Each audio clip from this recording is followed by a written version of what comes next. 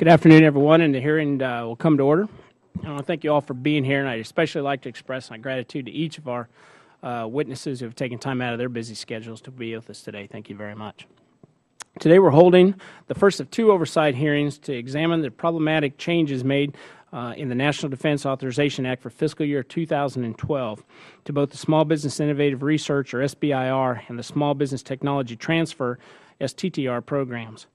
This hearing will focus on private sector impressions of the programs and the real-world effect of the changes that were made 2 years ago to SBIR and STTR programs. Small businesses are a major driver of high technology innovation and economic growth in the United States, generating new jobs, initiating new markets, supporting high-growth industries, and in this era of globalization, optimizing the ability of small businesses to develop and commercialize new, highly innovative products is essential for U.S. competitiveness and the national security. Well, this is why programs like the SBIR and STTR are so important.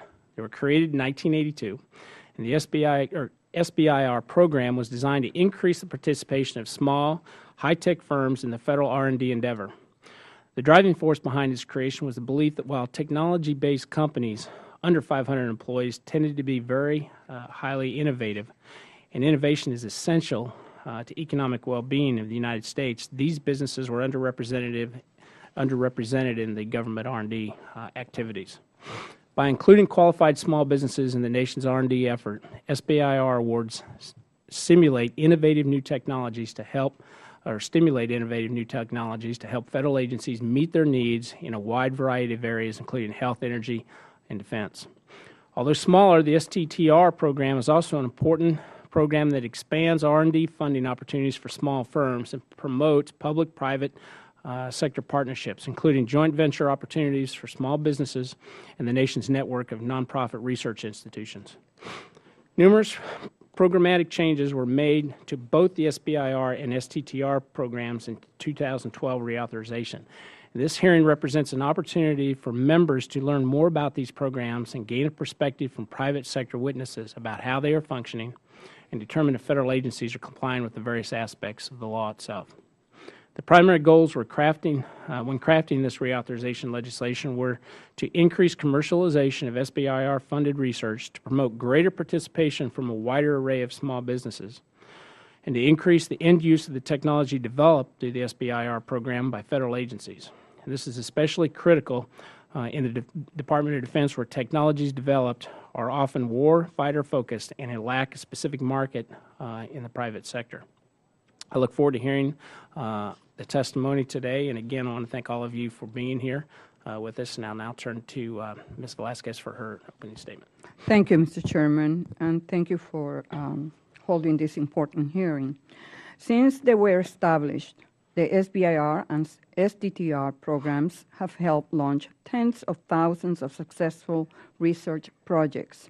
Through their history, more than 146,000 awards have been made for over $37 billion, making these initiatives a major source of funding for small businesses. As a result of this funding, this program has led to breakthroughs in a wide range of sectors, from agriculture to energy to healthcare. In turn, these discoveries have generated economic growth and the job opportunities that come with it. In 2011, Congress enacted a reauthorization of these programs. One of the primary outcomes of the legislation was a greater focus on commercialization. Such a focus is necessary if we are to ensure that the program remains a catalyst for innovation, as it was designed to be, rather than an annual source of income for government contractors. During today's hearing, I'm especially interested in understanding how the reauthorization's various commercialization initiatives have played out and if they are in fact resulting in more successful endeavors. In a similar context, the legislation required agencies to track those companies that continually win Phase 1 awards without progressing to Phase 2. I look forward to reviewing this data. Among the most notable changes were significant increases in permissible award sizes. In theory, This should provide agencies with more flexibility to make larger awards to the most promising innovations. However, it could also reduce the overall number of awards. While not necessarily a bad outcome, such developments are worth monitoring by this committee. Higher set-aside percentages have also gone into effect. These gradual increases, however, may actually be offset by sharp budget cuts to federal extramural R&D budgets. So even though set-aside percentages are increasing, the overall program size is decreasing. In fact, based on official data, last year's total SBIR and STTR award amounts were the lowest since 2003. Given the fiscal environment we are in, this is not a surprising outcome. Finally, there are two perpetual issues that continue to raise concerns. The program remains concentrated in California and Massachusetts, who together receive 35% of the total funds from these programs. Altogether, the top 10 states receive 70%. The result is a program that is largely serving just a handful of states, while others receive very little benefit from it at all. Similarly, the participation of women-owned and minority-owned firms has been declining. Women-owned firms' share of SBIR awards decreased 30% in the last 17 years, while in the same period, awards for minority firms fell by 63%. Overall, last year, women-owned firms won 6.3% of SBIR awards, while minority-owned firms won just 2.5%. When it comes to geography and demographics, it is important that the SBIR and STTR are serving the entire country and are not becoming a regular source of revenue for the same companies over and over. The purpose of this program is innovation, and for innovation to take root, we cannot have a program that just serves a fortunate few year after year. We have to ensure that all regions of our country are able to participate, as well as promote this program as a means for women and minorities entrepreneurs to grow. During today's hearing, I hope that we shed light on many of these issues and can begin to evaluate how the changes included in the 2011 reauthorization are performing, because before we know it, we will be considering the next extension of these important programs. Since their inception, SBIR and STTR have played a vital role in fostering innovation.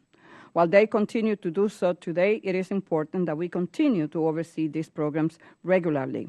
And for that reason, I thank all the witnesses for being here today and the chairman for calling this hearing. Thank you, Mr. Chairman. I yield back. Thank you. And our first witness is going to be Mr. John Clanton, who's the CEO of Lintech Incorporated, which is located in College Station, Texas.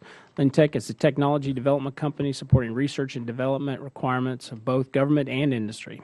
Key Lintech products or projects include high-performance fuel cells for the military, enhanced search and rescue components for the Coast Guard, and cost-effective biohazard detectors for Homeland Security. Lintech employs 100 scientists, engineers, and support staff, and has participated in SBIR since 1988. Thanks for being here, Mr. Clanton. Thank you, Chairman Graves, Ranking Member Velasquez, and members of the committee. It's an honor and a privilege to appear before you today to provide the views of Lintech on the implementation of the SBIR reauthorization provisions contained in the 2012 Defense Authorization Act. My name is John Clanton. I'm the Chief Executive Officer of Lintech, which is a small business based in College Station. As the chairman said, we have 100 employees, 29 of which are PhDs. Lintech's parent company, Aston Partners, of which I'm also CEO, has interests in real estate, data centers, and airport operations. This gives Lintech the benefit of a broadly diversified ownership structure capable of providing strong financial support for the high-risk endeavor of technology development. Since I purchased the company in 2007, Lintech has received 5 post-Phase 2 contracts from DHS and DoD, 2 of which hold the promise of being very successful commercial market opportunities. SBIR reauthorization provided for modernization of a number of SBIR policies, all of which Lintech broadly supported. It was clear that the SBIR program was sustained by a broad bipartisan coalition of members that saw the value in technological innovations developed by small business. Lintech strongly supports the changes included in the reauthorization. However, there are 2 areas that I would like to comment on today. First, We support the inclusion of VC-funded firms in the SBIR program. However, we do have an industry concern that the committee may find helpful. We believe that the allowance of a certain percentage of awards to VC-funded firms should not be interpreted as a target level of awards to VC-funded firms. In the Department of Defense, we're concerned that using the allowable level of awards as a target will create a non-competitive market. The participation level of VC-financed firms which specialize in the defense market is limited as compared to bio. The valuation multiples and the economic fundamentals are simply not there. Small numbers of highly specialized products do not generate the returns that high-risk capital is looking to achieve. As a result, Lintech believes that if the implementation of policy effectively creates target VC award levels out of what was understood to be allowable VC award levels, it will reduce the effectiveness of the competitive process within DoD and lead to diminished success in the SBIR program. Forcing the DoD to compete up to 15% of the SBIR awards to only those firms owned by venture capital will diminish the competitive pool. The second area I would like to address today is the renewed emphasis on technology transition. We applaud the initiative of this committee to pioneer and incorporate these methods of joint accountability from both the small business and the agency. We believe that holding companies accountable for using federal dollars effectively and requiring agency participation in commercialization was one of the most important parts of the legislation. Unfortunately, as it relates to DoD, the transition support that the committee was attempting to achieve has been slowed by the failure of the Department of Defense to ensure that its processes for technology insertion are improved and modernized and harmonized with the reauthorization. To date, we've seen nothing that would suggest that an effective department-wide initiative to implement the statute has taken place. Too often, our personnel find themselves dealing with DoD personnel who have not been trained or are even aware of the new procedures put in place by the statute. We still see DoD personnel who complain about having to execute small business welfare programs, as well as personnel who do not realize that they cannot deny submission of a Phase 2 proposal from any of the Phase 1 awardees. The Air Force still has too many people who cannot articulate what the Phase 2 proposal process will look like in an era where there are no longer any Phase 2 invitations. Another real-life example is Army SBIR personnel who do not understand that it is possible to make multiple Phase 2 awards where an acquisition program manager is indeed interested in further development.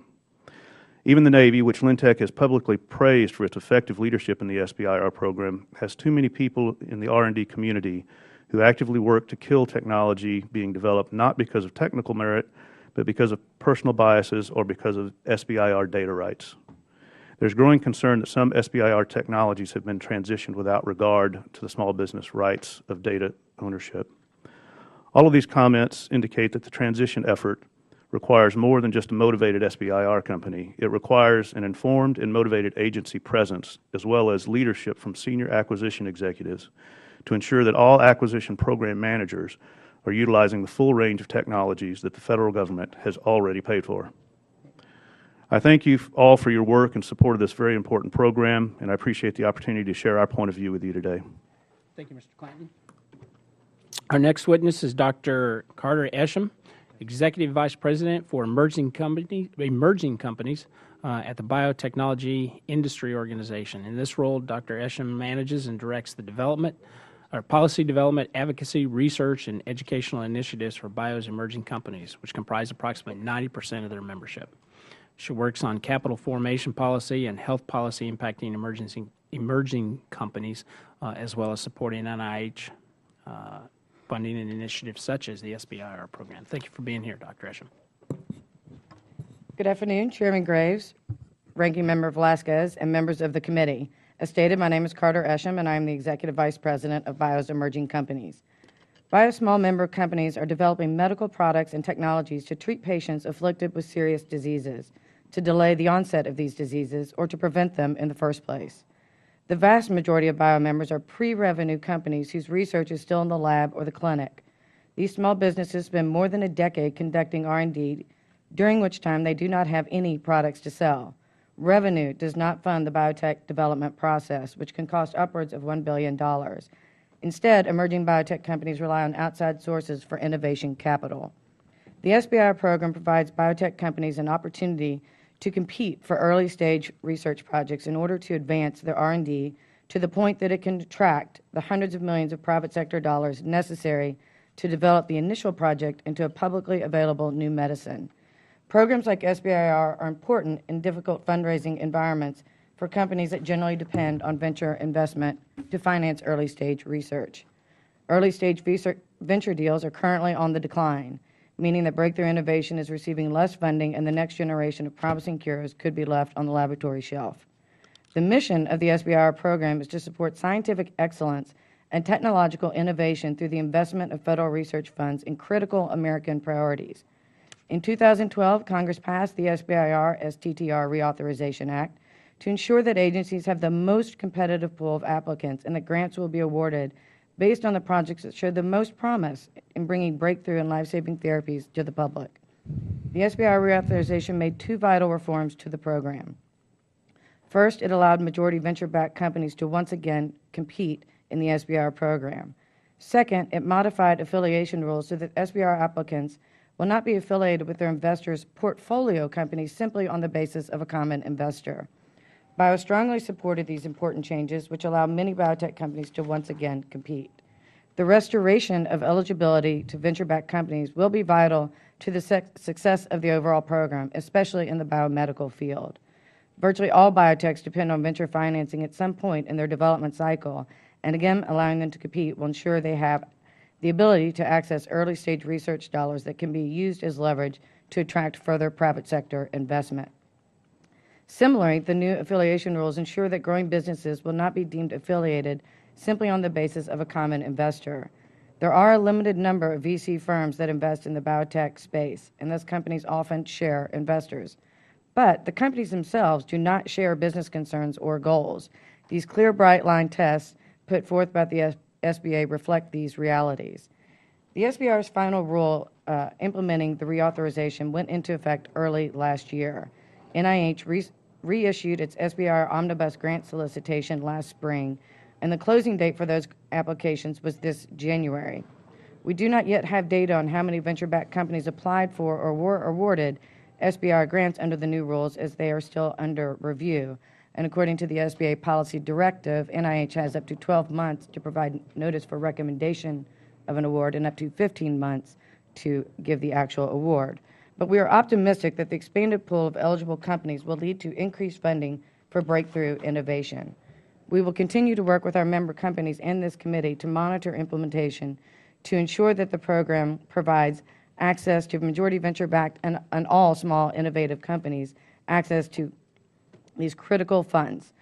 Again, as stated, the SBIR plays a critical role in supporting small biotech companies and funding for their early-stage research as they navigate the valley of death, a critical time when scientific concepts have shown promise, but the development is not far enough along to attract further investment by the private sector. BIO applauds Congress for making key reforms to this program to ensure eligibility for all innovative small businesses, and we look forward to continuing to support this vital program. Thank you for your time, and I look forward to answering any questions.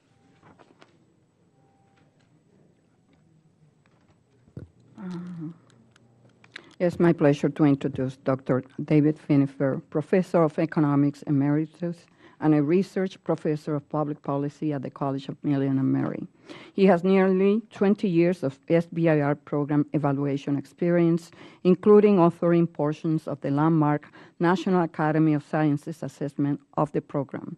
He has also worked on specific evaluations related to the Department of Defense, Department of Energy, National Science Foundation, NASA SBIR programs. Formerly, he was the Dean of Research and Graduate Studies at the College of William and Mary, and also the founding director of the Thomas Jefferson Program in Public Policy. Welcome.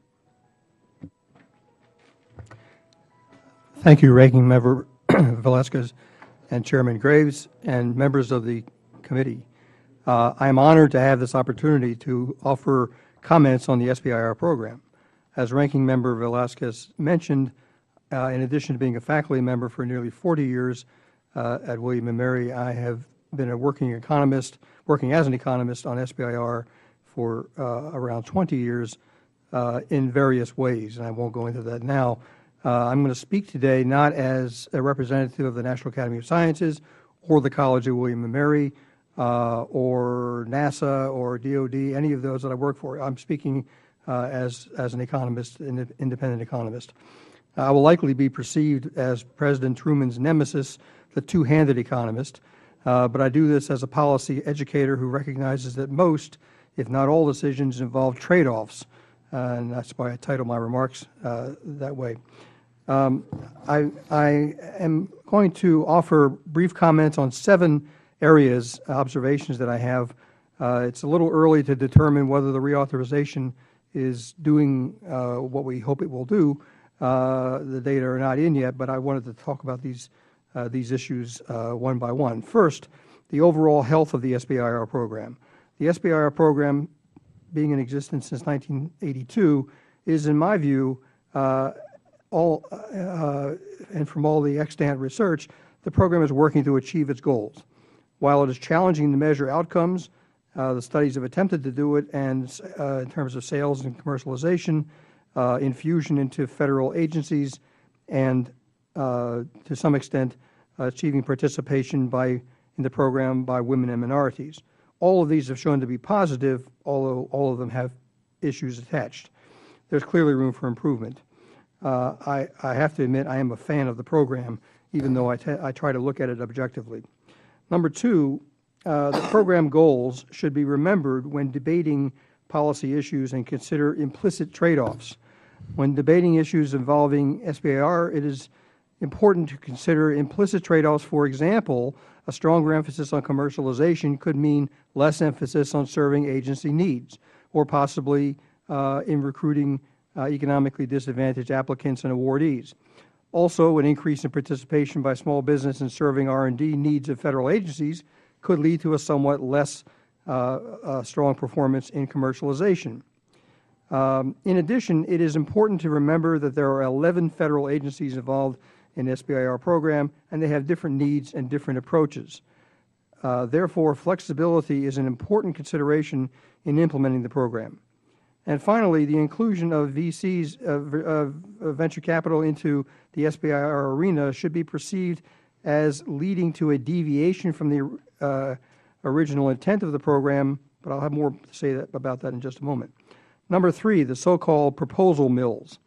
I wanted to say that while there are multiple award winners, studies indicate that they're not the stereotype of get a phase 1 and then get another phase 1 and another phase 1. Many, or probably most, of these multiple award winners have succeeded in commercializing, and in fact, 1/3 of the applicants in any given year are first-time applicants. Number 4 is the issue surrounding venture capital. In the recent report by the National Academies of Science, they looked at venture capital and the NIH and the essentially biotech area, and I encourage you to look at that report. It came out before the reauthorization, I believe, but it does recognize trade-offs. The new venture capital approach is a start to resolving some of the trade-offs. If you think about what's going on with venture capital, how does that differ from a firm being run by someone who has large amounts of personal capital? Essentially, we don't talk about need when we talk about SBIR, and I think we need to separate that from that discussion. Number 5, and I'm running out of time, number 5 is geographic dispersion. I can address that in Q&A perhaps, but there's some question about, while everything seems to come from California and Massachusetts, is it desirable to spread it out across the country? What are the pros and cons of that? I'll have, if there are questions about participation of minorities and women, I have some thoughts on that as well. And finally, as an academic, of course, I say there's always a need for continued research and evaluation, and that's only a little bit self-serving. Thank you for allowing me to make these comments. Up next is Mr. Robert Schmidt, a participant in the SBIR program since 1991. He's the founder and CEO of several Northern Ohio technology businesses, including Cleveland Medical Devices Incorporated and Orbital Research Incorporated. Mr. Smith's company conducts a wide array of research and development initiatives with new innovations being found in home sleep testing technology, fluid aerodynamics, and just about everything in between. He's testifying today on behalf of the Small Business Technology Council. We appreciate your participation. Thank you.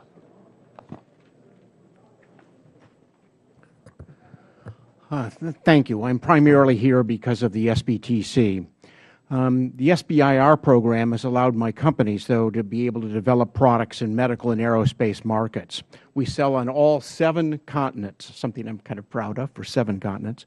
Examples of our products are CleveMed SleepView, which this month will provide about 1,300 home sleep apnea tests, making us one of the largest home or sleep apnea testing services in the world. We're growing at 10 to 15% per month, tripling our sales every year for the last 3 years. With adequate capital, this one product could save Medicare and Medicaid hundreds of millions of dollars a year. The HomeView allows Parkinson's disease patients to improve the titration of drugs and tuning of deep brain stimulators to lead more productive lives. Other products do brain monitoring for anesthesia control and seizure detection and mild TBI detection, dry electrodes to be able to chronically monitor the heart, and oxygen sensors for hypoxia monitoring on the F-22 Raptor, low-cost steering systems for advanced munitions, and little tubes that we grow human brain cells in for drug discovery. My companies employ about 75 people, about 13 PhDs, and we train about a dozen students a year. The last 5 years have been most difficult for SBIR companies. The number of SBIR awards has dropped by 36% in the last decade, and the dollar amount awarded has dropped 25% in the last 3 years. Entrepreneurism is at a 30-year low. Since 2008, bank lending to small businesses has declined by 18%, by $126 billion. The problem is compounded because the largest banks that receive the most TARP funding have reduced small business lending the most. Small businesses like mine who have never missed a payment suddenly found their notes are called by their bank. The banking lesson is if you invest in your business and create jobs and have even a small loss, you will have your bank credit line canceled. The climate for small business, and especially our SBIR technology companies' growth and job creation, is not good. However, despite the funding declines, the SBIR program is still the most important funding source for small, growing, high-tech businesses. In the first quarter, there were only 41 seed startup deals by VCs for only $125 million. Angel groups reject 99% of their requests. SEC regulations are squashing the JOB Act and crowdfunding, and the Federal Government has not made its procurement goals for small business purchases. These changes have occurred at the same time that regulatory burdens by Federal and State government have been increasing. The patent reform bills are also hurting company valuations and reducing available capital.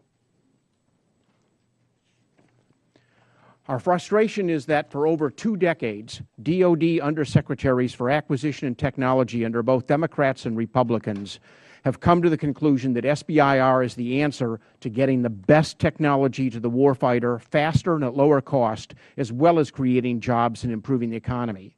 In early 1998, Jack Gansler, Undersecretary of Defense under Clinton, called for Phase 3 goals and metrics. Again, a decade later, James Findley, Deputy Undersecretary of Defense under Bush, directed sole source SBIR Phase 3 contracting and tracking. Finally, 3.5 years ago, Congress legislated the same. However, Phase 3 priority continues to be ignored by the agencies. It is time for more teeth in the law. While DoD has taken some steps after 30 months, they have not revised the FAR, nor have they produced new manuals or performed training, set goals, developed incentives, all as required by the law. Most importantly, they are not tracking their progress. The agency culture that is adverse to small business must be changed. Regulations and procedures should be immediately updated to reflect the law and personnel trained in its implementation. Full SBIR data and intellectual property rights must be accorded to SBIR contractors in Phase 3 funding as required by Congress. Agencies, and particularly DOD, have not been protecting SBIR IP rights. As required by law, the government employees and prime contractors must be provided to encourage this cultural shift. For small businesses, the government needs to meet small business procurement goals, provide funding for R&D and SBIR so that America does not lose its technological edge to China, provide an environment that makes credit and equity available to grow small businesses, maintain strong intellectual property protection. The law is clear. SBIR Phase 3 awards should be used to the greatest extent practicable, and this should be tracked in real time. Thank you for this opportunity to speak. Thank you all. And we'll start questions with Mr. Collins. Thank you, Mr. Chairman. I thank the witnesses as well. I think some of these, the STTR, SBIR, aren't fully understood. I'm curious, Dr. Esham, in the biotech area, do you see universities and then with their small business partners using STTR and then moving forward into SBIR? Do you see them both utilized one after the other? I believe, the universities are interested, sort of those university spin-offs, I think, are interested in STTR. I'll be frank, I'm not entirely familiar with the use of STTR. For the most part, biotech companies focus on the SBIR funding opportunities. Even though a lot of that will come out of a university setting? Yeah, I personally, and my shop, we personally don't have any data. Again, we've mainly focused on the SBIR program. I'm also curious, in the DOD, which is a major, maybe again, funder on the STTR, there's only 5 agencies, well, and also maybe speaking to your biotech, do you see funding of any substance coming out of the DOD, or is it mostly the NIH on the SBIR? Our membership, I would say most of of our member companies would be applying, the vast majority would be applying to NIH. We're also interested in the Department of Energy. We have a lot of renewable small companies that we think would benefit from participating in the SBIR program as well. So back in the anthrax days, when we were, and the military was very worried, you didn't see much, if anything, coming out of the DOD on the anthrax front? I'd have to go back and look at that historical data. I don't know that off the top of my head. I apologize. Yeah, okay. So, Mr. Clanton, I wonder if you see a link between STTR, SBIR, or if you've got any experience in that. We do. We've seen some successful transitions for things that started out as STTR-funded projects. We're located in College Station, which is where Texas A&M University is located. We're fortunate to have that resource there, and have had a number of STTRs that have started there, and those some of those have been successful and then become spin-outs, and we've seen that as a good avenue. Have you seen any, because of budget constraints, we've all got budget constraints, have you seen any shifts at the university level with the STTRs moving into SBIRs, or?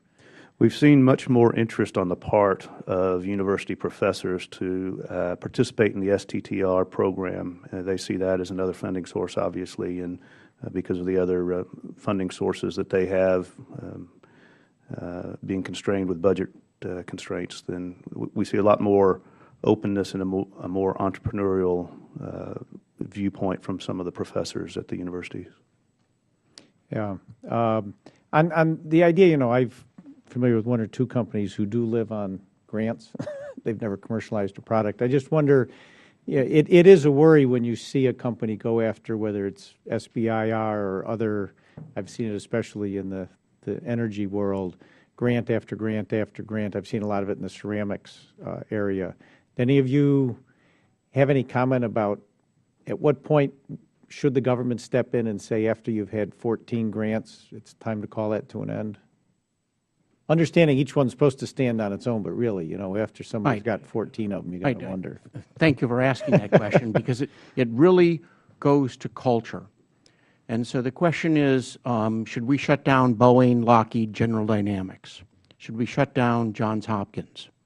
They've had so many grants, it's time to cut them off altogether.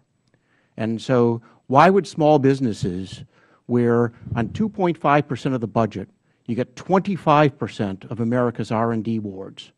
We're 10 times more effective than large business and universities. And that goes for just about any job creation, number of patents, anything you can do. Because I can tell you, there's one thing, when your house is on the line, when you know your family's going to be living in a cardboard box if you don't produce, there's a great deal of focus in being able to make sure you meet deadlines. It's not that I have tenure and I can, oh, it's 5:01, my goodness, I'm late, I need to leave right away. You know, you're there, I've slept on my office floor many a day. And there's just this huge focus is to be able to produce. And that's the reason why we give 10 times bang to the buck.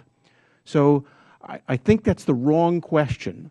I think the question is, how can the federal government provide enough incentive to be able to help get these small companies up the curve, you know, around that point of inflection, to be able to get them up, to be able to truly commercialize. Because when 76% of the VC money goes to just 5 states, when you're in one of the flyover states like Ohio is and just about every other state, you know, this means you're not going to get any other funding. You've got to live on your own and be able to produce your product and get it. And that would be a huge incentive and help to be able to help create jobs by giving these people that, you know, have devoted their lives to being able to produce this stuff a little more incentive for testing and evaluation. I agree with you on 98% of the companies, but there are those 2% who live on grants, and I know those are the outliers, and I'm just, and I know my time's expired, but just suggesting at some point, and again, I've seen it in the ceramic world, you got to call an end to it, but I agree with you for 98% of them. Thank you. Yield back, Mr. Chairman. Ms. Velasquez. Thank you. Dr. Finifer, California, Massachusetts, and I mentioned this in my opening statement, together win 35% of awards through the SBIR program. States like Oregon, New Hampshire, Arizona receive less than 2%. This is supposed to be a national program, but it is far from given the fact that the top 10 states receive almost 70% of the awards. What can we do to change this and channel more of these taxpayers' R&D to all 50 states? And why is it that only California and Massachusetts receive the bulk of those awards? Thank you for the question. I think my view is that SBIR, while it's a national program, the aspect of the national program that I think we should look at is that it develops technologies for the United States. In doing that, it tends to generate economic growth for the United States. And if we look at it in terms of regional equality, we're barking up the wrong tree. It's in my little write-up, I talk about Kansas, Nebraska, and Iowa. Apologize if anyone here is from there. We give them various assistance in farming, and that means we don't give it to. What about places like Oregon? Well, in terms, you mean in terms of agriculture or in terms of? No, in terms of technology. Yeah, well, no, I think there are, we ought to, the best answer to your question would be that we ought to look for other clusters. It seems to be there are corridors or clusters where this happens, and California, Massachusetts are most notable. If Oregon is another one, then we ought to encourage that. The agencies ought to go out and recruit folks there. If they're not bidding, if they're not applying, then that's a problem, and we ought to, the agencies ought to encourage that. Oregon is one, but you know, to aim it for 50 states or for half of the states is forcing, probably moving away from the best of the projects that are not winning. I don't think there's a bias. Well, how do we know that? You know, that they are the best of the projects. Right.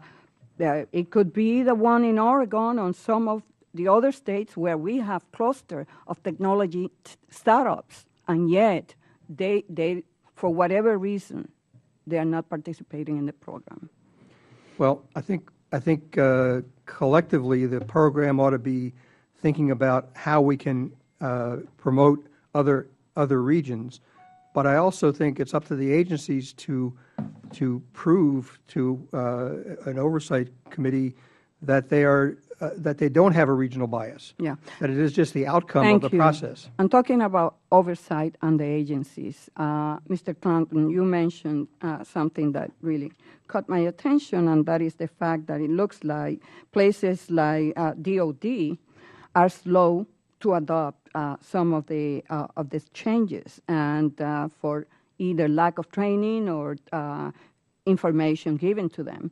So do you think that it's worth bringing the agencies into the committee to testify, to see what are they doing in making sure that the provisions and the changes that were included into the last reauthorization are in place? I think that's an excellent idea. I don't pretend to know how, what the process is for all of this information to flow all the way down to the SBIR program managers, but I suspect that there is something in place, but it isn't happening. And I think having accountability is the cornerstone of the Reauthorization Act, both on the part of the small business as well as on the part of the agency. Thank you. Mr. Clanton, the reauthorization ensures that federal agencies can continue to award multiple Phase 2 grants. While this may reduce the number of awards, it may increase commercialization. Is this a trade-off you're willing to take? I think so. I think the way that it's structured, those projects that have a value either to the Navy or to whatever agency, there is an opportunity now for that agency to use their resources on those projects which have a specific need or solve a specific problem and have a technological promise to achieve that. And I think it is a fair trade-off for everybody involved to say that one of the downsides is there may not be as many awards. Thank you. Mr. Smith, in your testimony, you note a concern that the SBA approved a blanket waiver for the NHA to exceed the caps on award amounts in violation of the law. What concerns you about these large awards? Well, the law set clear caps, as you know, and so when the NIH gives a $10 million contract, that means it's eliminating 9 other SBIR Phase 2s, and so it's clearly that, how are you going to spend your money or what are you going to do? And the intent of the law was to be able to grow new businesses.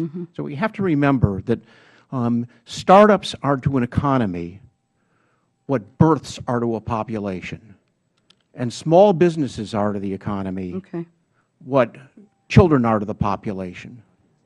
But we don't treat, these small businesses the way we treat children to be able to help grow them.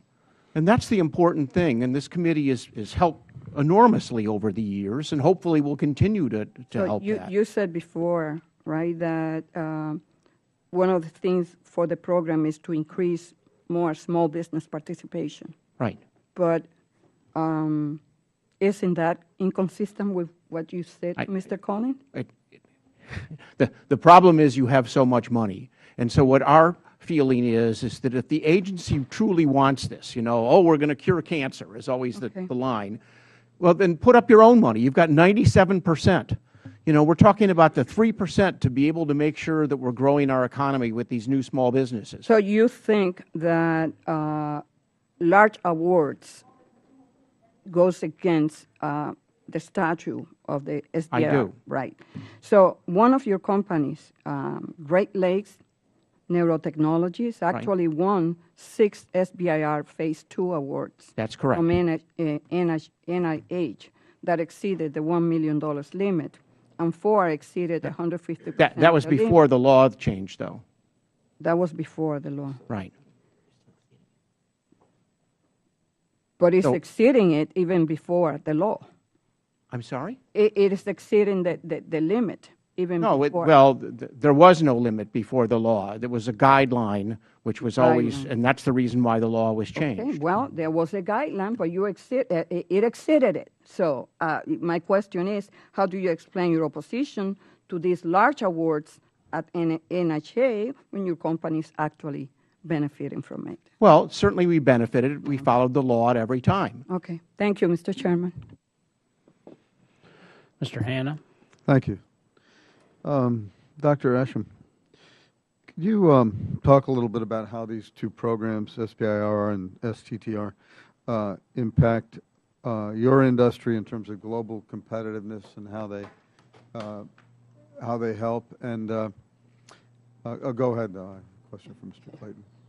I will attempt to answer that question. I think the SBIR program, again, plays a critical role in the early stage projects at these companies. So often, a typical biotech company, again, is pre-revenue, often dependent on venture or other sorts of private sector capital to advance their research projects through, ultimately the human clinical trial phases and FDA, hopefully, review and approval. But a lot of the venture dollars are tied specifically to projects. So where it's difficult to raise money are for additional projects, even if they show promise. So SBIR can play a very critical role in helping companies de-risk, validate, do a proof of concept study that then becomes very attractive for additional venture capital to advance that project even further. And then usually that project will move on to being funded completely by venture capital or other financing mechanisms. So it really allows these companies to get more shots on goal. This is a high-risk, high-reward business, and the more projects, the stronger the pipeline that we can ensure in these small companies, the stronger the industry and the more potential beneficial outcomes for the public. Thank you. Mr. Clayton, you talked about, and correct me because I'm not sure I have this exactly right, but target levels and non-competitiveness. You want to elaborate on that, the mistake of target levels? Yes, I'd be glad to. Some other kind of way of going about it. We believe, and it is possible that it's not absolutely the case, but we believe, based on discussions with some folks in DOD, that there is an interpretation of the allowance for a certain percentage of awards to go to VC funds or VC-funded companies to be viewed as that is a target amount that they should shoot for. In other words, effectively a right. What I'm driving at, though, and I think you are too, is what is that? How does that corrupt, if that's the right word? How does that corrupt the system, and what does it encourage or discourage? The reason that I'm opposed to it is it's my belief that the number of VC-funded firms that participate in DOD and in military funding is significantly smaller than the number of VCs that participate in bio, for instance. And that since that population is so small, that the number of awards that might be made would be limited to a much smaller competitive base, and that it would keep the funding from being available for small business firms that are not VC funded. And how would you change that? How would you improve it?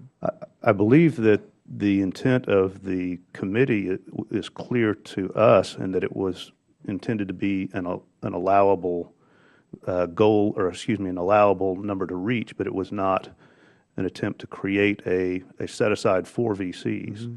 And if that you think that's the way it's being treated within the... I think that there is there may be some people in DOD who are seeing it otherwise. Mm-hmm. And you've seen kind of your anecdotal evidence of that. So that's kind of a sign of some kind of misappropriations or waste or loss of opportunity.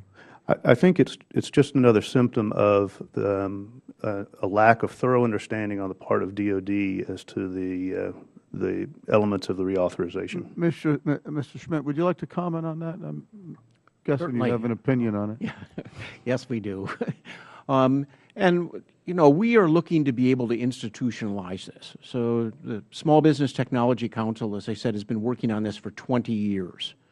And so 16 years ago, under the Clinton administration, we had somebody in DOD that said, Jack Gensler, you've got to do this. You've got to be able to incorporate this. Unfortunately, it takes them so long to be able to fully understand the program and what the best courses of action are that by the time they finally come to that conclusion, another year, year and a half, they're out of office because their boss gets voted out of office. And the same thing happened with Finley when he was under the Bush administration.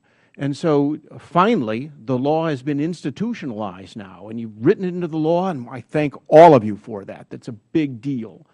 But what hasn't happened is we haven't changed the FAR, we haven't written the regulations, we haven't gone out and changed trained the contracting officers, the program officers, the contract specialists, the contracting officers' representatives. Everybody that deals with contractors, they've got to understand what the law is, and they don't. And so that needs to be a major effort in DOD to be able to have them understand that, A, they want to get products to the warfighter better, faster, cheaper through SBIR, and they want to be able to help grow jobs and keep them in America. Well, my time's expired. Thank you. I saw at least 3 heads nodding to that, so thank you very much. Mr. Payne. Thank you, Mr. Chairman, and to the ranking member. Dr. Fittenfer, in your testimony, you mentioned that what we can expect in the coming years from the Small Business Innovation Research Program and Small Business Technology Transfer Program. With the program authorization expiring in 2017, if there was one addition or one change that you could recommend for the Small Business Innovation Research Program, what would it be? It's always hard to come up with one, but I think a major point I have is that flexibility across SBIR is important. We need to realize that we have 11 different agencies, and DOD and NIH and NSF are apples, oranges, and bananas. And we ought to be setting requirement. We ought to let agencies do what they do well, and deal with their missions. So I think recognizing that for example, the VC venture capital question, clearly there's some merit in the NIH biotech world because of the high cost of startups. That wouldn't be true in necessarily in NSF SBIR program. So flexibility, tailoring it to the needs of each agency, I think would increase the performance tremendously. Thank you. Dr. Esham, same question. Thank you. I agree with the concepts put forth about ensuring agency flexibility, and I think there are some safeguards in the law that passed regarding allowing agencies to opt in to particularly the VC proposal. One issue, and I hesitate to say this as with my friends at NIH, who frankly I know do have some budgetary constraints, and that is something that we as an organization would like to see reversed. But it is a fact that it does take a long time for SBIR applicants to know if they got an award, again, 12 to 15 months. And if there was a way to wave a magic wand, I think that's something we'd look to. But again, I say that with the caveat, I understand the budgetary constraints that our friends are facing. Thank you. Mr. Clanton? Thank you. I will echo Dr. Esham. I think that time between submission and award so that progress can be made would be a great addition. I wouldn't be doing my part if I weren't here to say that as a great custodian of the taxpayers' money through the SBIR program, that maybe examining how much of the set-aside is appropriate and whether that could be increased going forward is something I would certainly like to see happen. Mr. Schmidt? Well, there's two things. From the agency standpoint, we need to start tracking this data in real time. We're getting percentages where the agencies are saying they're meeting their goals of 2.5%, but then they take out huge chunks of money and say, oh, well, that's not included in the base, even though it is clearly within the law of of external R&D. So it's like me going to the tax people and saying, oh, well, you can't tax me on that. That money was for my boat, or my airplane or something. That, that's not my general income. So that's got to get changed. On the congressional level, it's the downward trend in R&D, and we are losing it to China. And unless we do something as a nation to be able to change that, Right now, the latest Brookings report came out and said in 2 more years, China's going to have a bigger GDP using the Purchasing Parity Index to be able to outgrow us, and we need to start changing that. We need to invest in our future. And just a quick yes and no. The SBIR and the STTR reauthorization require the SBA to develop and implement policy and guidance for a large number of new provisions. Do you believe that the lack of additional funding for these new responsibilities plays a significant factor in the lack of implementing the regulations? And each of you, yes or no, do you? Very quickly. In one word, yes, they need more money to be able to help support all of this. Okay, Doctor? I would say yes as well, because it's very short-sighted not to do that. We have to invest in R&D more so than we are doing for our economic growth. Thank you. Doctor? Yes. Thank you.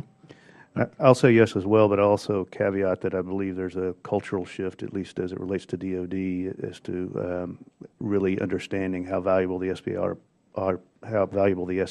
program is and what a return it makes on the taxpayer's dollar. Thank you. Mr. Chair, you're back.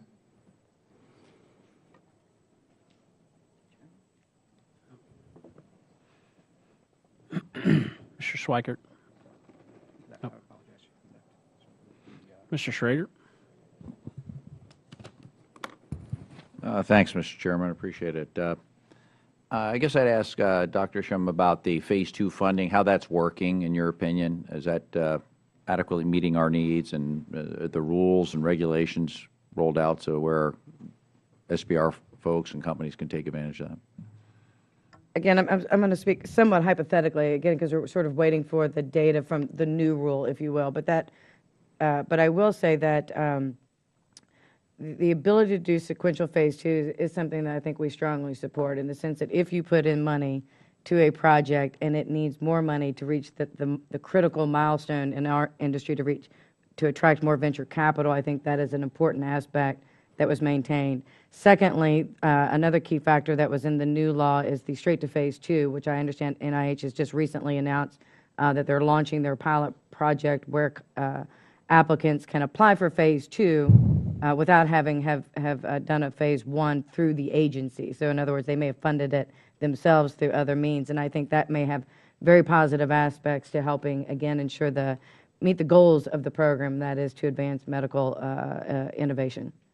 I think it's alarming to members of the committee. It's taken such a long time to get these rules up and going, frankly. I want to make sure that, hopefully now that they're up and going, the next time you all come back, you'll be able to report that it actually is working. It is our hope as well. And again, as I mentioned, even though the solicitation closed in January 2014, it may be another 12 months before we really understand how things are being implemented, and the pilot project is also new, and it takes a long time for the agency to review and award these grants. Well, perhaps we'll have you back at that time. Mr. Schmidt, your testimony talked a little bit about the lack of metric implementation despite clear intent of Congress and stuff. We making any headway at this point finally, or what can the committee do to give better direction, shall we say, to some of our agency partners? Sure. It's always carrot and sticks, isn't it? Yes, sir. And I'm a big believer in carrots. I think that's always a helpful thing. And, we've got a lot of good people in the Federal Government, and they're doing good work and, working hard to be able to make things happen. And one of the, several of us have talked about culture. And it's that change in the culture of, SBIR as a tax, and, we don't like any of this. And so by providing incentives of bonus plans for the program officers and the prime contractors to be able to start using this technology for a very small amount of money, I think we can change the culture, which will help the economy. And so how do we create jobs? We keep waiting and waiting for jobs, and we're slowly growing. But this can give us a big boost as a nation to be able to say, we are going to invest in these guys that give us 10-to-1 bang for the buck, small business. And that's where we want to invest our money. And I think that will be a huge help. And, part of this is the metrics, because they can't get their bonus unless they meet their metrics. So you got to have that, and that encourages them to keep track of it as well. And we'd like to have the metrics, obviously, too, to make sure the programs are working as intended, and listening to you all to, figure out if it's actually doing what we want. Are we, to you also, Mr. Schmidt, with regard to the venture capitalists, I mean, government can't afford to do everything. We do rely on venture capitalists. The recession took a lot of steam out of the venture capital group, if you will, and wondered if there was a way that the SBIR is working with venture capitalists to leverage maximum opportunity of funds across this. Well, it would be nice if we worked together better. I've been trying for over 20 years to get, some kind of other funding, venture funding, but being with Ohio companies, we're one of those flyover states, so we're somewhere between Wall Street and Sand Hill, and we're neither of those places. So that's what I'd mentioned, that 45 states have to fight for 24% of the money for venture capital. So, in order to be able to help provide that, the VCs in general, as I said, only 41 deals in the first quarter of this year in seed and startup funding. So their focus is not on new small companies or even the smallest companies. They're looking for home runs in big growing companies, and particularly now private equity in the same way. So certainly one of the big things is to allow people, with the changes in the tax laws that we've had, that the capital gains went from 15 to 20% plus all of the health care funding. So it's almost 24% is what we're paying now. To be able to have a tax change that allows people to invest that money if they, and so they get a credit on their 24% back if they put it into new small growing businesses, that would be a huge help. And to be able to provide other tax incentives for the venture capitals, and particularly if you want to say, okay, it's only for these other 45 states, we want you to diversify, and that in part solves, or addresses your question. I'm not sure it's best for your state, but it certainly addresses your question of how do we spread some of this around. That would be hugely helpful. Thank you. And I yield back. A couple of questions, and the first one's for Mr. Schmidt and Mr. Clanton. But last November, we had a witness that came in and testified that the SBIR program was very beneficial to her when it came to the early stage growth. But what she found was it wasn't that necessarily that good when it came to developing products. And what she talked about was the process of going from phase 1 to phase 2, then phase 2 to phase 3. It was too long. And the fact of the matter is that the technology was developing so rapidly, it was easier for her just to develop it, outside of those programs. And I'm just interested in if you all have experienced anything that where the program was holding you back, or where you know of any examples, Mr. Clanton. We're living one of those examples right now. We have a very promising technology that's currently in a phase 3. And it has real-world application with the Coast Guard to improve search and rescue results. And if you ask a businessman, should it be faster, then the answer is always yes. I understand the constraints of contracting and the constraints of the government and funding and all those other things. But to the extent we could do this in in a 2 or 3 year period as opposed to a 5-year period, there'd be immediate results. And I think there's probably an argument to be made that the total cost would be less if you could complete a project in a shorter period of time as opposed to starting, stopping, starting, and stopping. Mr. Schmidt. My very first program in 1991 was called Microactuator Arrays for Adaptable Control Surfaces. So this was a device to be able to steer munitions in flight. And here we are 24 years later, and you get $100,000 one year and maybe $500,000 the next year if you're lucky. And this is the kind of thing that Lockheed goes and gets $100 million for. And it is happening very slowly. We're showing that we've done this. We've shown it continually each and every step. But it's this culture that needs to be changed to be able to say, this is good technology, let's put some money at it. And we can do it 2 ways. One, through a new program of a phase 2 testing and evaluation, which gets you out of TRL 4 up to TRL 6, because it's TRL 6 that's critical for any of the primes to start to look at you. So testing it in an actual environment. And then a second thing is the Phase 3, which uses the agency's money, and by providing the bonuses and the incentives for the agencies to say, this is a good thing, that will help change that culture.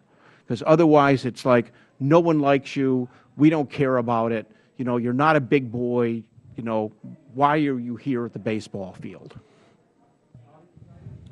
Dr. Esham, could you talk just a little bit about the National Institutes of Health and what they're doing to attract VC-backed companies? We don't have a whole lot of hard data, but it seems to appear that participation rates are much lower than was anticipated. And I don't know if you had any ideas or thoughts on you know, those problems or improving them, whatever the case may be.